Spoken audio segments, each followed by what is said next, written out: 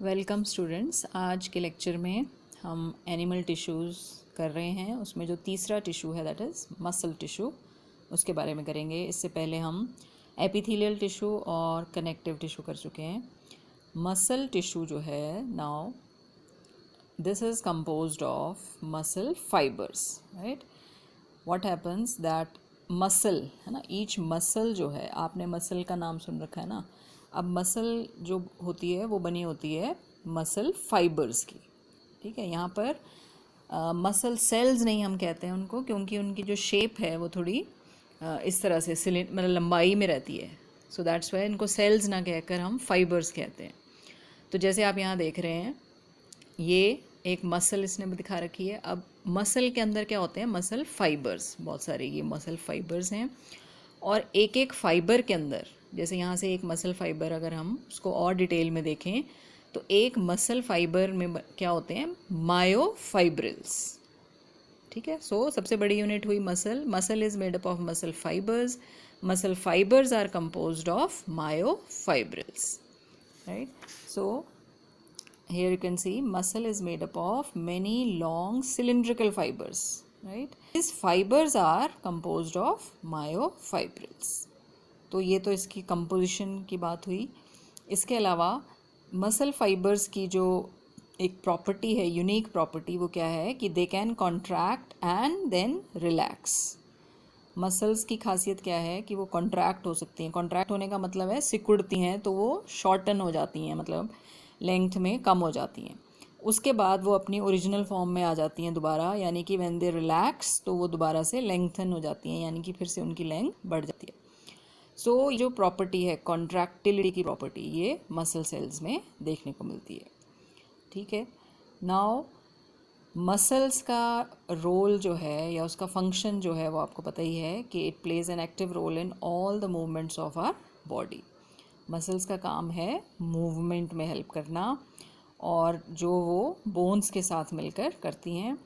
Now muscles are of 3 types: skeletal, smooth and cardiac, ठीक है। Muscle fibres जो हैं 3 तरह के होते हैं: skeletal muscle fibres, smooth muscle fibres and cardiac muscle fibres. तो पहले स्केलेटल मसल टिश्यू या स्केलेटल मसल फाइबर्स की बात करें तो जैसा इसका नाम ही बता रहा है कि ये स्केलेटन या बोन्स के साथ अटैच्ड होती हैं। ये कौन सी मसल फाइबर्स हैं जो हमें बोन्स के साथ अटैच्ड मिलती हैं? जब हमने कनेक्टिव टिश्यू किया था, यहाँ पे हमने जब बोन्स के बारे में किया था तब भी ये वर्ड आया था, और आपको यहाँ मैंने बताया था कि स्केलेटल मसल्स कौन सी होती हैं जो बोन्स के साथ अटैच्ड होती हैं। तो वही उन्हीं मसल्स की बात यहाँ हो रही है। नाउ दीज स्केलेटल मसल्स, ये जो अभी आपने डायग्राम देखा था ये स्केलेटल मसल्स ही थी इनफैक्ट, ये वाली। ये सिलिंड्रिकल होती हैं और इसमें क्या देख पा रहे हैं आप, इस तरह से हर एक उसके ऊपर बैंड्स हैं, है ना। या फिर इस डायग्राम में भी आप देख सकते हो, इनफैक्ट यहाँ पर तीनों तरह के मसल फाइबर्स दिखाए गए हैं। This is striated muscle fibre, ये है स्मूथ मसल फाइबर, और ये है कार्डियक मसल फाइबर।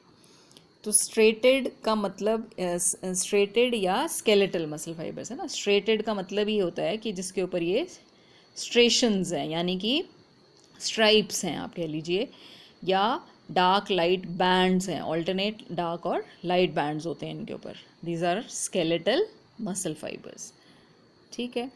जबकि आप देखोगे स्मूथ, जो दूसरी स्मूथ मसल फाइबर्स हैं नेचुरली, इनके ऊपर उस तरह के आपको स्ट्राइप्स नहीं दिख रही हैं। That's why they are called smooth, ठीक है। सो स्केलेटल मसल फाइबर्स आपको कहा कि एक तो वो सिलिंड्रिकल होती हैं, उनके ऊपर ये स्ट्राइप्स होती हैं, ठीक है, और तीसरा ये बोन्स के साथ अटैच्ड होती हैं। अब आते हैं स्मूथ मसल फाइबर्स पे। स्मूथ मसल फाइबर्स की शेप कैसी दिख रही है आपको? It tapers at both ends, मतलब दोनों एंड्स इसके थोड़े नैरो होते हैं, है ना। ऐसी शेप को फ्यूजिफॉर्म शेप कहा जाता है basically. And they do not show striations, वही स्ट्राइप्स नहीं होती हैं इसके ऊपर, और आपस में ये जुड़ी होती हैं with the help of cell junctions.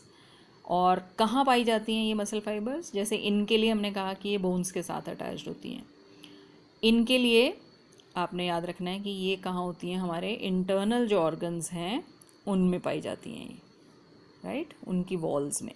Walls of internal organs जैसे कि स्टमक, इंटेस्टाइन या ब्लड वेसल्स।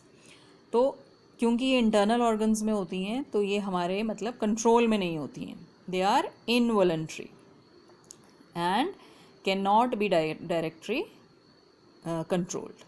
ठीक है, मतलब जैसे पेट की मसल्स हैं या हमने कहा इंटेस्टाइन की हैं या ब्लड वेसल्स की वॉल में जो मसल्स हैं उनको हम अपनी मर्ज़ी से मूव नहीं कर सकते हैं। ठीक है ना, दे आर इनवॉलंटरी।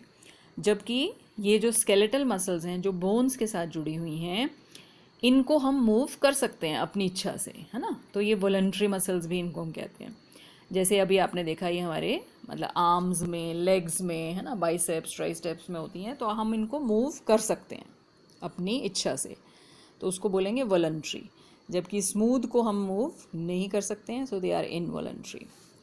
कार्डियक, तीसरी जो है कार्डियक मसल फाइबर्स या कार्डियक मसल टिश्यू, तो इसका नाम ही बता रहा है कि ये कहाँ मिलेगा, हार्ट में। ठीक है, तो इस तरह की जो मसल्स हैं they are present only in the heart. Heart के अलावा और कहीं नहीं मिलती हैं ये बॉडी में। स्पेशल मसल्स हैं ये जो सिर्फ हार्ट में पाई जाती हैं। एंड इसका जो स्ट्रक्चर है वो आप यहाँ देख सकते हैं। इसमें भी स्ट्रेशंस आप देख पा रहे हैं, यानी कि स्ट्राइप्स देख पा रहे हैं कुछ हद तक, हालांकि उतनी डार्क नहीं होती हैं ये जितनी कि इसमें होती हैं। ठीक है, और दूसरा ये जो कार्डियक मसल फाइबर्स हैं ये आपस में भी अटैच्ड हैं। जैसे आप देख रहे हो जंक्शंस बिटवीन एडजेसेंट सेल्स, तो इनमें आपस में कम्युनिकेशन भी रहता है। ठीक है, कम्युनिकेशन जंक्शंस होते हैं, उससे ये फ़ायदा होता है कि एक सेल को कोई सिग्नल मिलता है तो वो सिग्नल आगे तक दूसरे सेल्स को भी ट्रांसफ़र हो जाता है। ठीक है, जैसे एक सेल को कॉन्ट्रैक्ट होने का सिग्नल मिला तो बाकी सारे सेल्स भी जो हैं वो भी कॉन्ट्रैक्ट हो सकते हैं as a unit. So this is about muscle tissue in our body, जिसमें आपने देखा कि इसकी स्पेशल क्वालिटी क्या है, कॉन्ट्रैक्टिलिटी की, मतलब ये कॉन्ट्रैक्ट और रिलैक्स हो सकती हैं। और ये 3 तरह की होती हैं, skeletal muscle fibres, smooth muscle fibres and cardiac muscle fibres. ये हमारे कंट्रोल में होती हैं, सिर्फ ये वॉलंटरी हैं। ये भी हमारे कंट्रोल में नहीं है, ये भी नहीं है, अपनी मर्ज़ी से हम इसको भी नहीं कॉन्ट्रैक्ट कर सकते और इनको भी नहीं, सिर्फ स्केलेटल मसल्स हमारे कंट्रोल में होती हैं। सो ये तो हुआ muscle tissue. And now the fourth and last tissue that is neural tissue. Animal tissues में लास्ट जो है दैट इज़ न्यूरल टिश्यू। तो न्यूरल टिश्यू का मेन जो फंक्शन है आप कह लीजिए वो क्या है कि body's responsiveness to changing conditions, है ना, उसको कंट्रोल करता है। ठीक है, जो भी हम रिस्पॉन्ड करते हैं ना अपने आसपास के कंडीशंस या किसी भी स्टिमुलस को, तो उस चीज़ को ये न्यूरल सिस्टम कंट्रोल करता है। और ये जो टिश्यू है ये किस चीज़ का बना होता है, मेनली जो इसके सेल्स हैं वो कौन से हैं, न्यूरॉन्स या नर्व सेल्स कह सकते हो आप इनको। न्यूरॉन्स क्या हैं, ये इसके यूनिट हैं इस टिश्यू के। ठीक है, the unit of neural system, they are excitable cells. अब ये देखिए, ये इसकी यूनिक प्रॉपर्टी है। जैसे मसल टिश्यू की थी कॉन्ट्रैक्टिलिटी, न्यूरल टिश्यू की जो खासियत है वो क्या है, उसकी एक्साइटेबिलिटी, यानी कि ये सेल्स एक्साइट हो सकते हैं।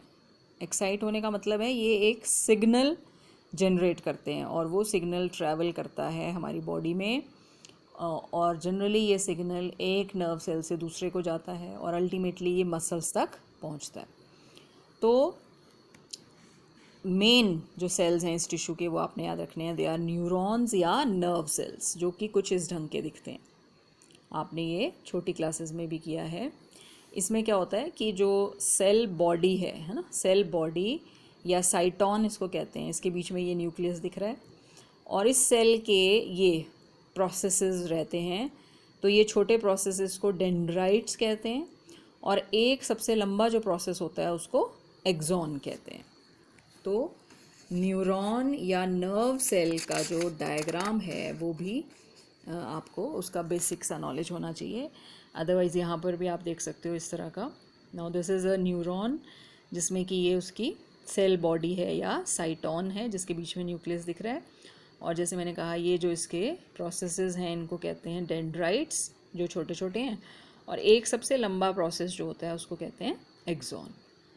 ठीक है, तो हमने कहा कि इसकी प्रॉपर्टी है एक्साइटेबिलिटी, जैसे मैंने कहा कि ये एक सिग्नल जनरेट करते हैं ये सेल्स, और वो सिग्नल ट्रैवल करता है इस तरह से, यहाँ से फिर वो अगले न्यूरॉन को पास हो जाता है। ऐसे करते करते अल्टीमेटली वो मसल्स तक पहुँचता है और मसल्स को सिग्नल जाता है कॉन्ट्रैक्ट होने के लिए, right. So again nervous tissue और मस्कुलर टिश्यू भी आपस में कोऑर्डिनेशन में काम करते हैं। तो न्यूरॉन सेल्स की बात हमने की, लेकिन इसके अलावा एक और जो दूसरे सेल आपको इस टिश्यू में मिलेंगे वो कहलाते हैं न्यूरोग्लियल सेल्स या न्यूरोग्लिया। यहाँ पर साइड में ये दिख रहे हैं न्यूरोग्लिया इसने किए हुए हैं। इनफैक्ट क्या होता है कि न्यूरोग्लिया सेल्स जो हैं वो एक तरह से आप कह लीजिए पैकेजिंग का काम करते हैं। जैसे ये डिफरेंट न्यूरॉन्स जो है ना या नर्व सेल्स हैं, इनके बीच बीच में न्यूरोग्लिया सेल्स मिलेंगे और इनकी क्वांटिटी काफ़ी ज़्यादा होती है, मतलब मोर देन 50% जो नर्वस टिश्यू है हमारा या न्यूरल टिश्यू है उसका हिस्सा यही बनता है neuroglia. They make up more than 1/2 of the volume of neural tissue in our body, right. So neuroglia cells का काम है बेसिकली, देखिए, सपोर्ट करना न्यूरॉन्स को और प्रोटेक्ट करना।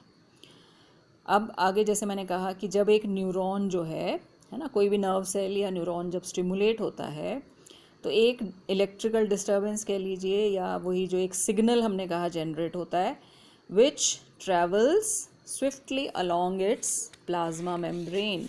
यही जो आपको यहाँ दिखाया कि यहाँ पे जो भी सिग्नल जनरेट होगा वो उसकी ये प्लाज्मा मेम्ब्रेन से होता हुआ आगे पास होता है, ठीक है। उसको हम नर्व इम्पल्स कहते हैं, लेकिन ये आप आगे के चैप्टर्स में पढ़ोगे।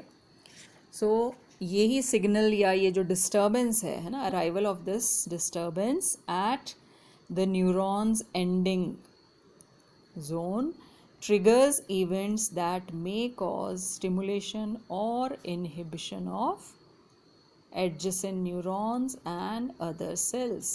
और जैसा हमने कहा कि ये चैप्टर 21 में आप डिटेल में इसको पढ़ोगे।